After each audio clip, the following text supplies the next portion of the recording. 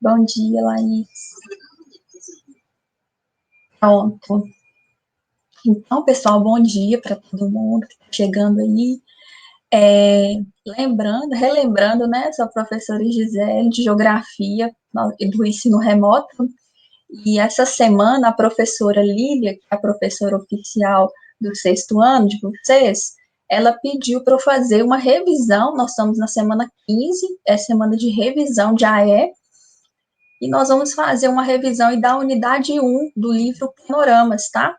Da página 38 a 41. Ela pediu para eu colocar lá no AVA final de semana passar.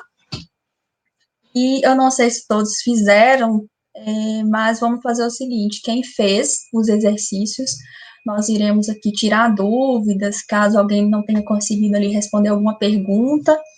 E quem não conseguiu fazer, preste muita atenção, porque vai ser uma boa revisão para a nossa AP. E em sala de aula, ela vai fazer a revisão da unidade 2, e dessa forma nós iremos conseguir aí abordar todo o conteúdo para revisão, tá bom? Então, vamos abrir o livro aí, na página 38, por favor. Então, 38, 39, 40 e 41. Começando aí na página 38. Caso vocês tenham alguma dúvida, pode me chamar no áudio, que eu vou estar aqui na correção. Ô, professora. Sim? Só uma pergunta, não tem muito a ver com a aula. Por que você está fazendo a live no Jitsi?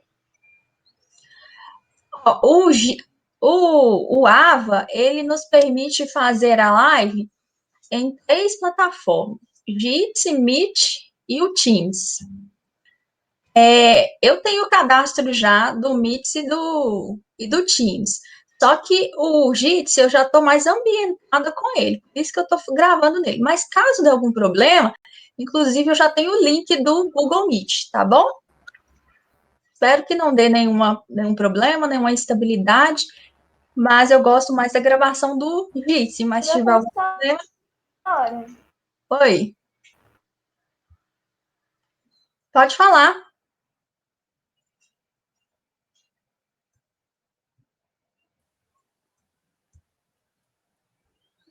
Livro Panoramas, Ana Júlia. Professora, que página mesmo? 38. Começa na página 38.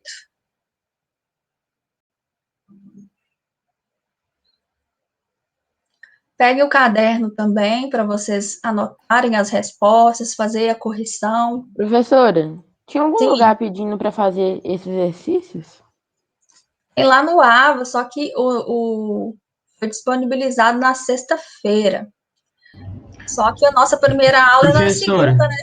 Professora, eu tava olhando geografia ontem, eu olhei geografia umas 3 vezes ontem, não tinha, não.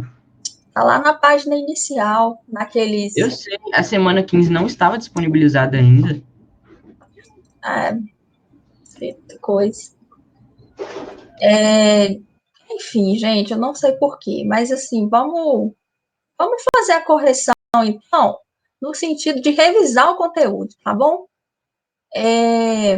Porque a nossa aula é segunda-feira, né? A S dela fica disponível na sexta. Então, eu pego o final de semana e ficou ruim, né? Mas vamos fazer a correção mesmo assim, que a gente consegue rever os conteúdos aí da unidade 1. Mas vamos prestar atenção, interromper somente se necessário alguma dúvida sobre o conteúdo, porque senão a gente não consegue fechar. E daí, se sobrar um tempo no final da aula, a gente conversa sobre outras questões, alguma dúvida sobre outro conteúdo além desse, pode ser?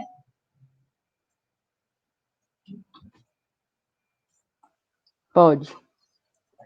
Então, vamos começar aqui. A número 1 da página 38 está falando sobre um poema escrito por professores indígenas. E esse poema, pessoal, fala geografia, o que é. Então, na perspectiva do professor indígena, que já tem uma visão de mundo diferenciada, ele está explicando aqui, através desse poema, o que é a geografia. E ele diz o seguinte: geografia é o entendimento da aldeia e do mundo, do nosso mundo e do mundo do branco. É a cidade, o Brasil e os outros países. É a história do mundo. O mundo é a terra é a aldeia. O rio que cai no outro rio, que cai no outro rio.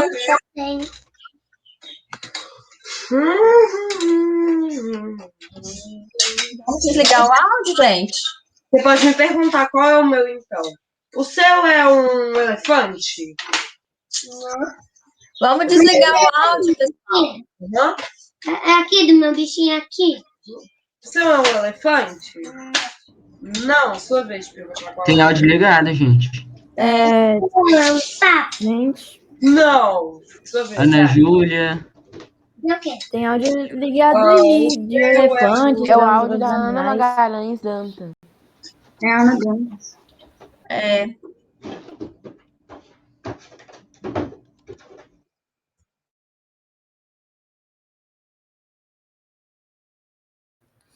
Professor, não dá para ver Acho que agora foi, professora.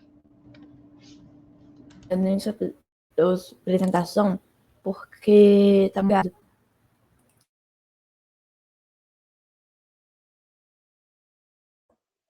Não tô te escutando, professora.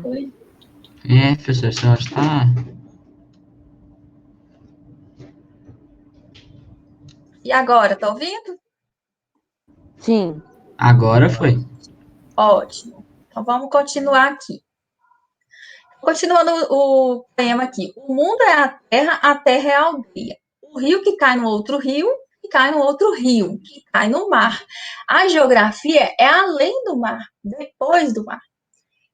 Então, gente, o professor indígena, ele está falando aqui o que é geografia para ele. E a pergunta é o seguinte: transcreva em seu caderno trechos do poema que indicam que a geografia estuda diferentes espaços. Existem 3 frases nesse poema que indicam que a geografia estuda diferentes espaços. Alguém poderia me dizer um trecho desse poema que fala sobre isso? Geografia é o entendimento da aldeia e do mundo. Isso É é a cidade, o Brasil e os outros países. Isso. Tem mais um. Geografia é o depois do mar. Não, É a história do mundo. também não. O rio que cai O no mundo é a terra é a aldeia. Isso, muito bem. Então, esses primeiros 3 trechos, eles nos indicam ali que a geografia estuda diferentes espaços. Porque olha o primeiro trecho. A aldeia e o mundo são lugares. Do mundo é um espaço, né? Do branco, do mundo dos índios e do branco. Então, são 2 espaços diferentes. A cidade, Brasil e países é o mais explícito, né? No poema. Então, a resposta dessa primeira aí, ó, seria isso daqui. A geografia é o entendimento da aldeia e do mundo, do nosso mundo e do mundo do branco. É a cidade, o Brasil e outros países. A número 2 pediu o seguinte: escrevam um pequeno texto explicando as diferenças. Professora, a senhora pode voltar lá rapidão, por favor? Posso?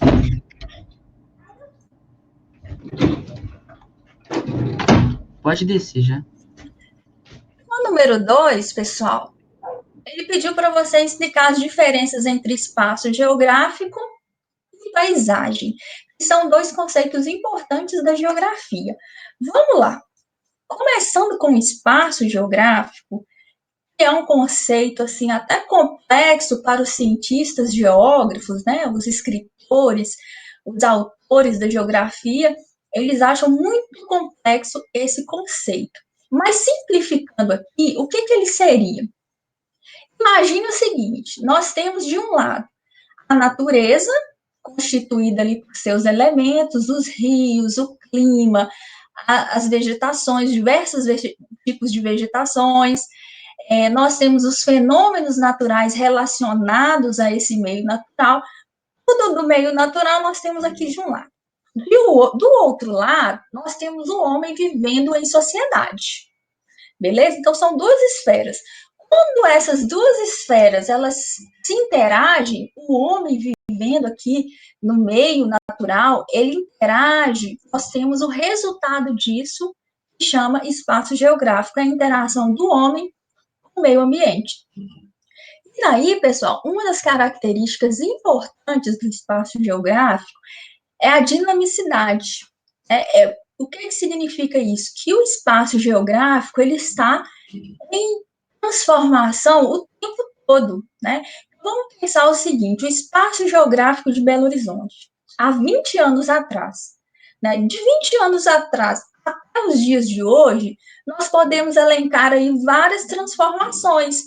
Por exemplo, surgiram novos bairros, criaram novas avenidas, nós tivemos aí um maior fluxo de carros hoje,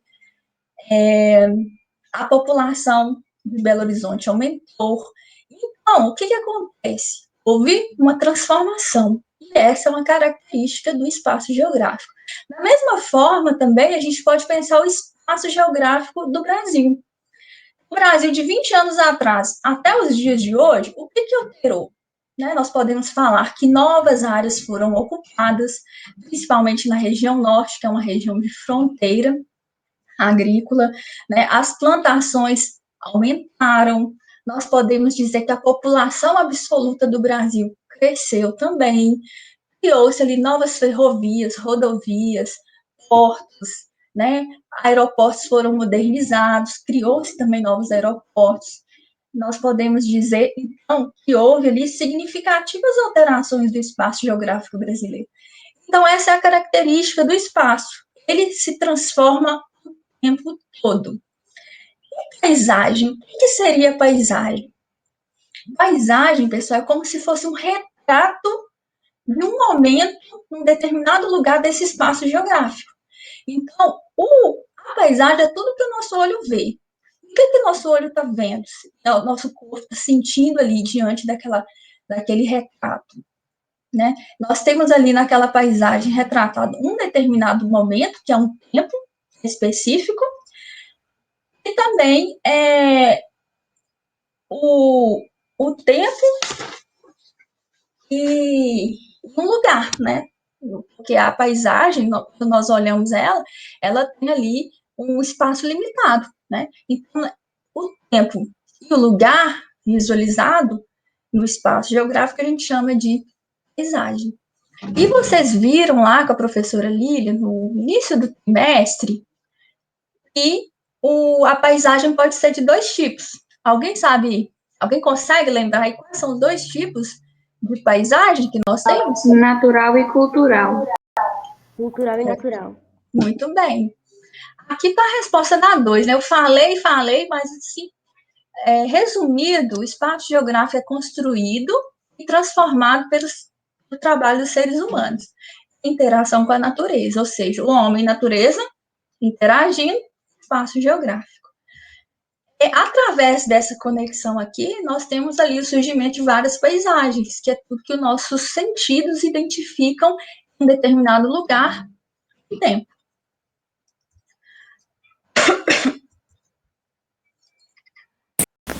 Professora, a senhora pode voltar na número 1, por favor? Posso. Aqui? Na número 1, professora.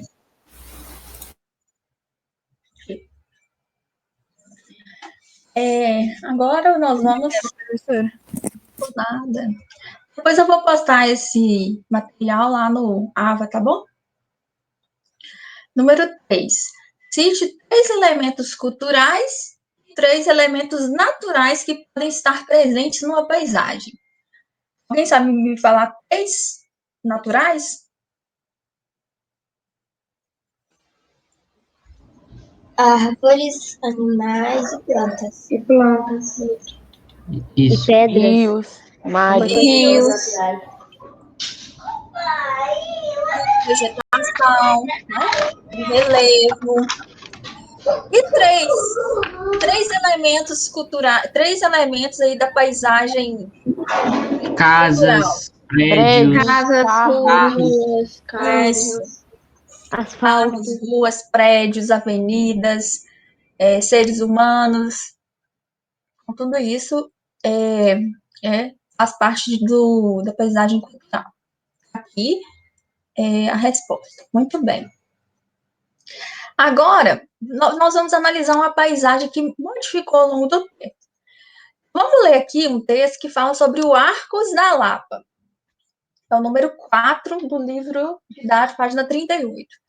O Arcos da Lapa está localizado na cidade do Rio de Janeiro, e ele tem um trecho de uma reportagem que fala o seguinte: o aqueduto, conhecido hoje como Arcos da Lapa, foi criado no século XVIII, e tem 64 metros de altura e 270 metros de comprimento.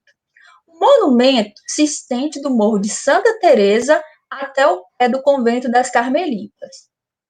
A função inicial do aqueduto era levar a água do Rio Carioca até o chafariz do Largo da Carioca.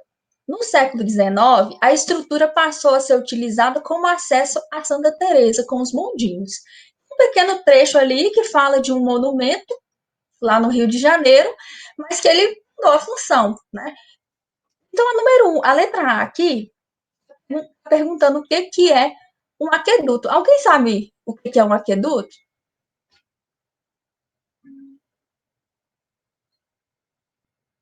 É um canal feito para passar água. Isso, natural ou artificial? Artificial. Artificial. Isso. Olha aqui um esquema.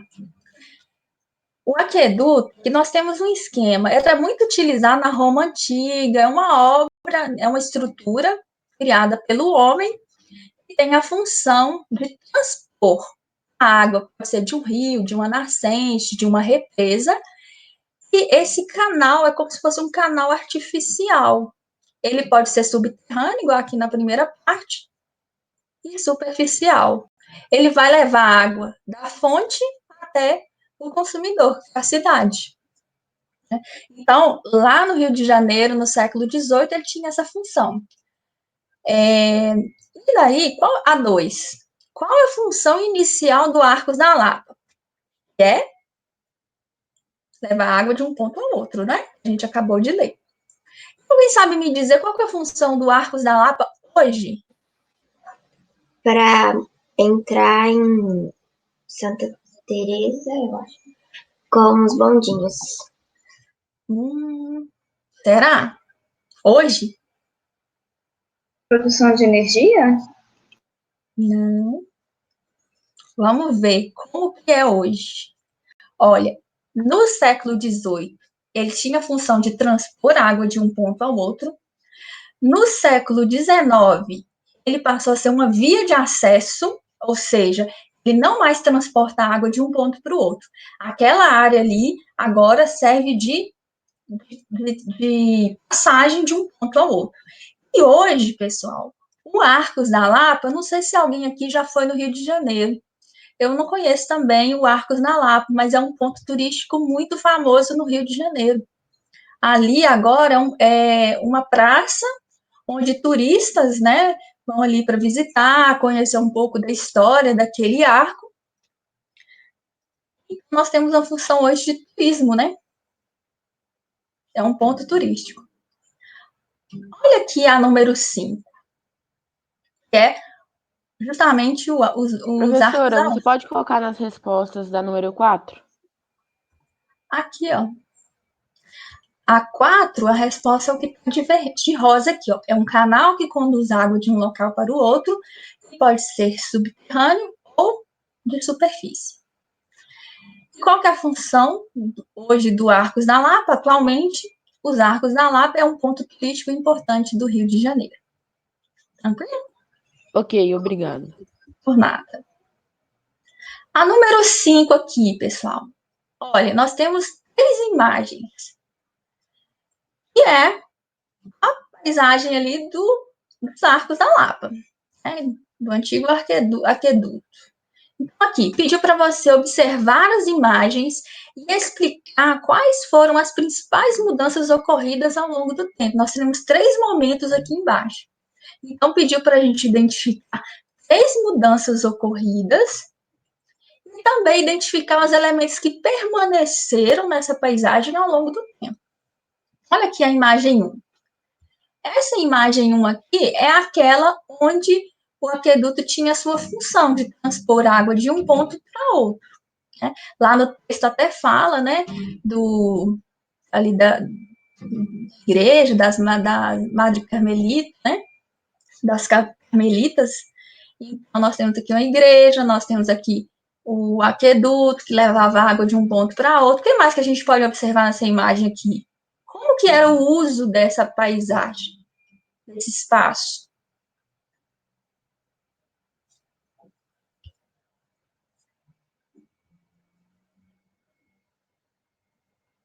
Tem pessoas ali, ó. Inclusive aqui, ó, tem um escravo, né, carregando aqui, parecendo cana de açúcar. Tem uma pessoa aqui vendendo, né? Pessoas Era só conversando. um ponto, tipo, para passagem mesmo. Não, isso aqui, na verdade, a função, se a gente observar, a função era de transpor água de um ponto para outro. Mas aqui nós tínhamos a circulação de pessoas. Olha aqui, ó, o transporte aqui era a carga animal, né? Tínhamos aqui escravos, revelando aqui que era um período colonial, onde havia escravidão, né? Com essa imagem. Oi? Eles modificaram o aqueduto ao longo dos anos? Porque a estrutura dele da pintura para da foto atual está bem diferente. Sim, isso mesmo. Ele sofreu algumas manutenções, mas a estrutura original permanece, não é isso? Inclusive, é uma parte da resposta. Olha aqui, essa imagem 2 é aquela do século XIX que o texto fala. Olha, o que aconteceu da imagem 1 para a imagem 2? Como que a paisagem aqui mudou? O que foi? A imagem 2 tem uns carros. Carros. Tá vendo? Isso aqui é um bondinho. Aqui perto desse casarão é um bondinho. Parece que não tem mais escravos. Já é uma outra realidade, né? É o século XIX, o surgimento de carros, meios de transporte, né, predominante. Então, nós vamos ter ali essa realidade. Além disso, né, o texto fala que no século XIX, essa região passou a ser uma área de passagem. É tanto que os carros ali tá justamente evidenciando ali as vias, né, como forma ali de passagem. Além disso, não tem mais trabalho escravo, né? Olha aqui, não tem, aqui nessa imagem não tem evidenciado mais o escravo. Então, o sistema mudou. O que mais? E a vegetação?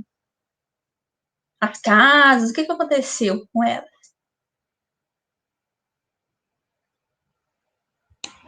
A vegetação parece que cresceu, professora, porque nessa foto 3 aí, as árvores estão tampando o morro todo e na uma tem pouquinhas. Mas observe aqui. Eu acho que diminuiu a vegetação e colocaram mais casas. E eu percebi que tem uma igrejinha ali que tá em todas as fotos, só que ela tá um pouquinho mudada. Oi. A igrejinha permaneceu e as árvores cortaram para construir casas. Isso. Ó, da imagem 1, observe que tem muito solo exposto, tá vendo? Tem áreas naturais. A imagem, apesar de não ter né, uma vasta vegetação, existem áreas solo, né, morros, né, expostos, vegetação, e havia menos casas também. Então, o que nós podemos falar que muda da imagem 1 para 2? Então, nós tivemos ali a ampliação das construções, casas, né, pavimentação de rua, então nós tivemos ali um aumento dos elementos culturais, nós tivemos ali redução da vegetação, e ali os elementos que evidenciavam o período colonial já não tem mais, né, com ali o meio de transporte, que antes era carga animal, agora nós temos o carro, né, o automóvel. E da 2 para 3, o que mudou? Aumentou o número de casas e diminuiu aqui na frente dessa ponte. Do lado e carros? Não tô conseguindo. Agora tem Virou uma área de muitos pedestre. turistas. Em uma área onde pessoas estão circulando. Observem que aqui, ó, logo no primeiro plano da paisagem, Rua. nós temos pessoas visitando essas áreas, né? Então, aqui, ó, já não passa carros, né? Essa via aqui não é de carros, né? Então, agora essa área, ela mudou a sua função. Não é mais... Professora, Oi? parece que tem alguém dormindo ali também. Sentado, né? Acho que isso dali é objetos, mas parece que tem pessoas ali, um agrupamento de pessoas, né? Não sei se elas estão dançando, não sei. Mas ali, aqui virou um espaço cultural, turismo, apresentações, pode ter shows aqui. Observem também, pessoal, que da imagem 2 para a imagem 3, o estilo arquitetônico mudou das casas, não é? Não é aquelas casas com estilo do século XIX, mais como tinha esse casarão aqui, da imagem 2. Agora nós temos casas mais contemporâneas, né? Mais modernas. Então, nós tivemos essas alterações aí. O que permaneceu da imagem 1 até a imagem 3? A igreja e o monumento. A igreja e a ponte. Arcos da Lapa. Isso, a igreja e os arcos da Lapa, né? É o que permaneceu. Isso mesmo. O que é que nós temos a observar, pessoal, quando nós analisamos duas paisagens que modificou ao longo do tempo? Os aspectos naturais, se a vegetação reduziu ou se ela aumentou, o padrão das construções, né, daquela época se alterou também. O surgimento ali de novos elementos culturais, casas, pontes, avenidas, né, o meio de transporte se mudou. Então, a gente tem que observar quantos elementos naturais e culturais que foram ali sendo transformados ali ao longo do tempo. Aqui, ó, a resposta, né, que foi tudo isso que a gente falou, modificação nas construções, padrão arquitetônico, da imagem 1 para 2, o meio de transporte de animais de carga para carros e bondes, e da 2 para 3, o espaço em frente ao aqueduto mudou de função, né? Ao invés de ruas, agora ele é uma praça ali. Mudanças no uso do espaço, né? Da 1 para 2 para 3 mudou ali a função. O que permaneceu foi o aqueduto e a igreja lá no fundo. Beleza? Quem não conseguiu sistematizar as respostas, eu vou deixar lá no AVA para vocês. Agora aqui, imagine que você é um turista, tá? Você está lá no Rio de Janeiro, você não conhece o ponto ali dos Arcos da Lapa. E o que você faria, não conhecendo o espaço, para chegar nesse ponto turístico? Quais instrumentos geográficos você poderia utilizar? GPS, mapas. O mapa, vocês lembram que nós vimos na aula passada? Existem mapas de escala grande e pequena. Os que têm muitos detalhes são escalas de mapa grande. E daí nós podemos ter um mapa de escala grande, com quarteirões, pontos turísticos, inclusive quando nós vamos visitar uma cidade turística, existem mapas desse tipo, né? Que facilitam o nosso deslocamento no espaço. Mas e perguntar para os moradores? Mas aí você está usando a comunicação, e a pergunta foi instrumentos. Entendeu? Sim. Então, ó, fala GPS, mapa, mas olha aqui, vocês que são aí bem espertos nessas novas tecnologias. A primeira coisa que você faria seria o quê? Olhar no GPS. Eu olharei no GPS. Usar o Waze. Isso, aplicativos de celulares, não é? Tem o Waze, tem o Google Maps. Então, nós temos esses instrumentos aí que facilitam. Mas se você não tiver nenhum desses instrumentos, você ainda pode utilizar de fenômenos naturais, de astros para se localizar no espaço? Sim. Sim. Só que se tiver de noite. Mas dá para olhar pelas estrelas também, né? Pelo Só sol, que as pela estrelas são mais Cruzeiro do visíveis Sul. à noite. Se for de dia, aqui no Brasil, Olha né? o sol. Se for de dia, nós utilizamos o sol. Mão direita, onde o sol nasce, é leste. A outra mão estendida vai ser oeste. Na sua frente, o norte, e atrás, o sul. Se tiver à noite, você pode usar o Cruzeiro do Sul, né? Que são aquelas 5 estrelas que tem ali na bandeira nacional. A ponta de baixo da cruz, que chama Estrela de Magalhães, você vai estender essa estrela 4 mãos e meia. Ali naquele ponto você tem o sul.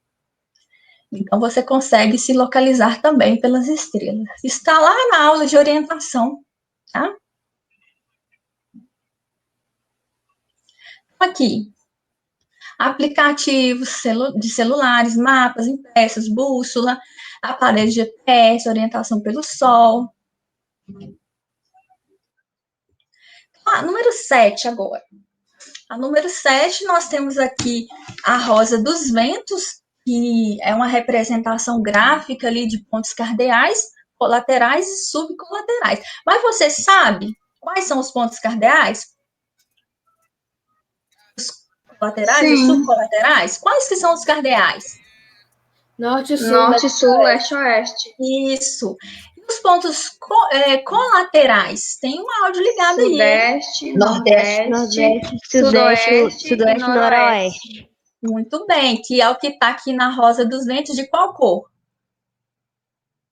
Vermelho. Isso. E os pontos subcolaterais estão em qual cor aqui na Rosa dos Ventos? Azul. Pontos cardeais de verde, colaterais de vermelho e subcolaterais de azul. Essa é facinho. Agora vamos aqui estudar um pouco sobre coordenadas geográficas, que é um assunto importante dessa unidade. Olha, quando você vai viajar de avião, o comandante ali, o piloto, né, ele sempre nos fala lá no microfone as coordenadas geográficas de onde nós estamos saindo, né? Então, e ele vai falar ali as coordenadas de latitude e longitude. O que são, pessoal, coordenadas geográficas? Como nós podemos definir? É o cruzamento. É a união da latitude com a longitude. Elas existem na realidade? Não, são só teóricas. Sim. É o cruzamento São linhas imaginárias. Isso, é o cruzamento de linhas imaginárias. São 2 coordenadas. Uma de latitude e outra longitude. A latitude são indicadas ali pelos paralelos. O nosso paralelo principal, que é o nosso marco 0 graus, divide a Terra na metade, que é a linha do Equador. A linha do Equador divide a Terra em hemisfério norte, de 0 a 90 graus norte, e de 0 a 90 graus, hemisfério sul. Nós temos também outra linha importante, que faz parte das coordenadas geográficas, que são as longitudes ou os meridianos. Nosso meridiano principal, o marco 0, Greenwich. E aí, pessoal, o Greenwich, ele varia de quanto a quanto? 0 a 180. Isso, 90... de 0 a 180 leste, oeste. E de 0 a 180 oeste. Totalizando 360. E isso que é uma esfera, né? Olha aqui. Bom, através da interseção, então, de 2 coordenadas, nós podemos localizar objetos em lugares de forma precisa no espaço geográfico, né? Então, aqui, qual que é a coordenada do ponto A?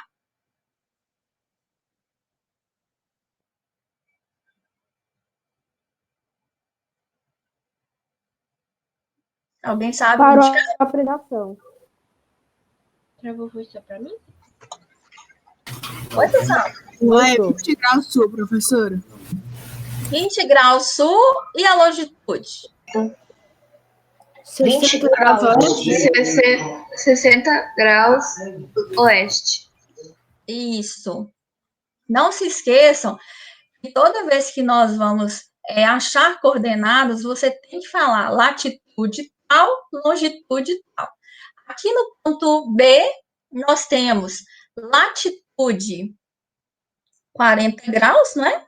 Sul, tem que falar se é hemisfério sul, se é hemisfério norte, se é leste, se é oeste. E a longitude do ponto B? Alguém sabe me falar? 0 graus. Tá travando tudo o que a senhora fala. 0 graus, né? Todo mundo conseguindo ver? Tá travando? Pra mim, não. Não, deve ser só pro aluno que falou. Uhum. Não, mas tem um montão de gente no chat que tá falando que tá Eu tô travando. vendo aqui. Mas, ô, pessoal, nem todo mundo, nem todos estão travando. Será que não é a internet de vocês? Pra mim não tá travando não, professora. Professora, não seria melhor a gente mudar pro Meet? Eu concordo. No Meet não tem problema Vai. com ninguém. Então, vamos pro Meet, rapidinho. Mas eu tenho que ir na gravação aqui.